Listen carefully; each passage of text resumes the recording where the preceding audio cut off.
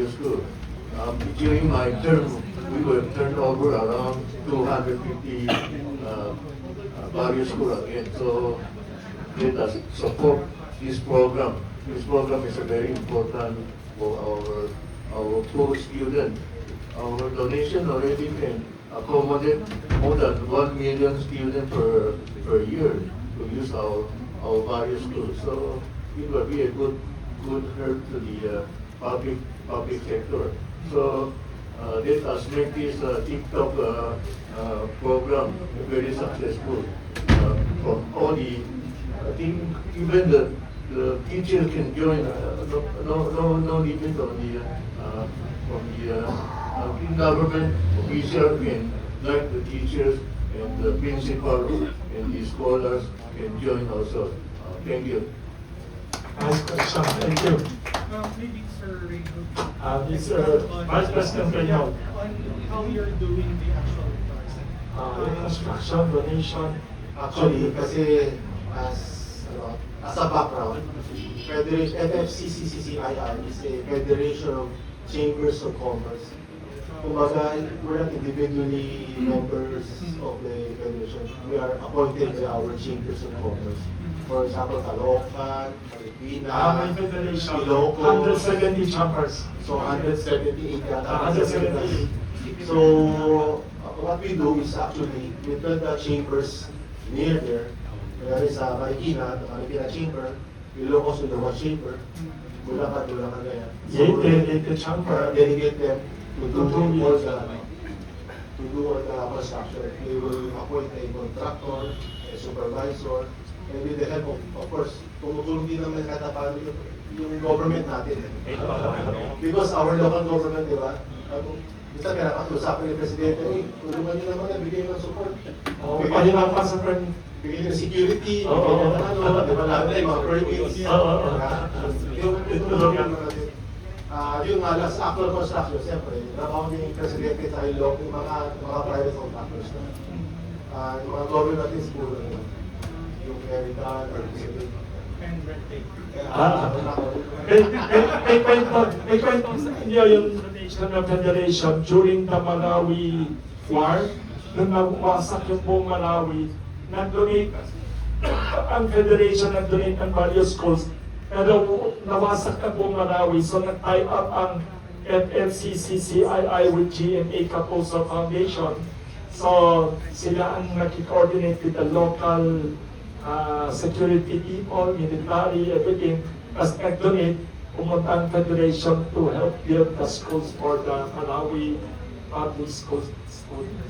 Everywhere in the Philippines now, from Apari to Tawi-Tawi to Olo, lahat ng sulong may donation.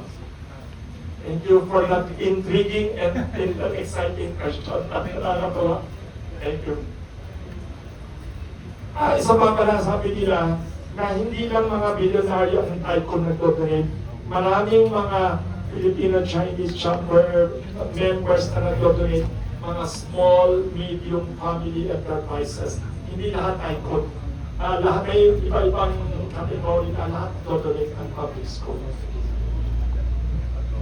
Actually, every convention of our new term, Yes. all our president, vice president, Yes. board member, and our officers should donate a certain amount of various good to the for every term. So, sa term ko, mga 200 plus na various good, almost 300. So, every term, dapat ng ang various good natin. So, all our DB and are supporting all this program. Thank you. Actually, ito may kwento lang kami ha. May a director before who passed away. Instead of donating flowers, so he announced na lahat ng amount of flowers, Apuloy. ninyo, yung mga Apuloy. bigay sa Federation Gawa na School. Totoo. Even they are not here na, they are still helping the Federation. Sinabi pa na, uy, pag siya namatay, ayaw din ang bulaklak. I-donate sa Federation Law School. Very touching stories. Saka may sasabihin ko sa inyo, kahit na hindi lahat icon dito, everybody sa table na to, kailangan mag-donate. Lahat nandito, including mga nandiyan kanina, everybody nag-donate. Yun, kayo na nandiyan ha. Nakaupo sa tabi niya. Oo.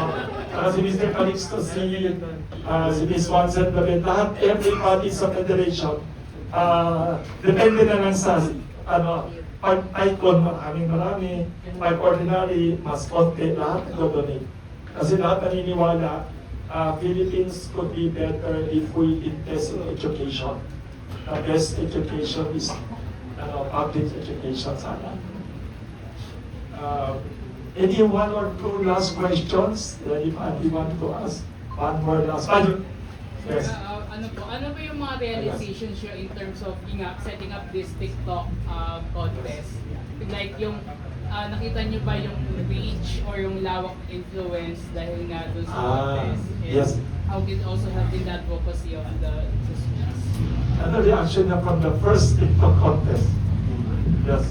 Actually, this TikTok contest will also promote our various schools to encourage more people to donate various schools to the public.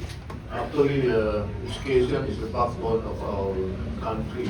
So we have a lot of young people. We want the young people to have proper education so the future can. This AI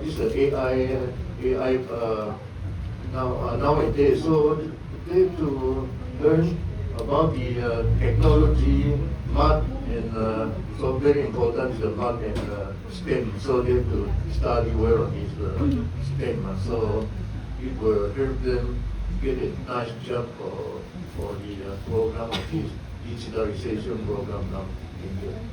Thank you. Related to question niya, how many entries last time and from everywhere ba? Were you surprised with the number of entries last time? TikTok? Yes.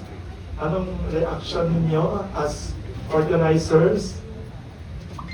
Last time, ang nabuha namin na entries, given the very short span ng contest, we have more than 300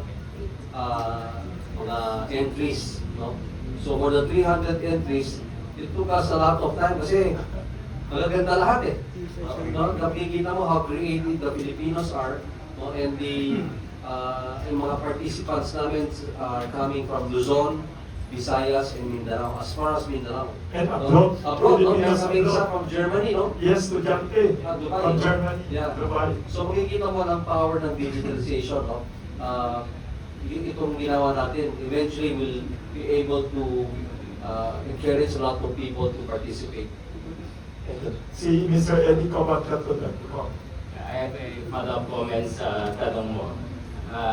Kasi through the last 65 years now, our various school project, we are choosing those sites that are the poorest, most marginal, small town sa sulok-sulok ng Pilipinas.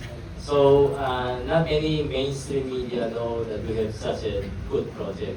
So I think this TikTok competition will tell the story of those the poorest from the poor in our society, how they benefit from our project.